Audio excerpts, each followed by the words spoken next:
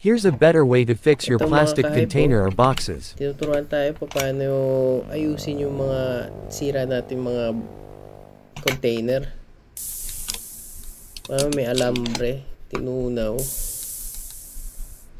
Tapos nilock niya. Tapos ginawa niya both side. Apat na side. Alambre yata yun eh. Ayos rin. Tinanggal niya alambre. Tapos tinunaw niya. Galing. Yung mga DIY. Nakalimutan ko kasi yung tawag dyan eh. Pero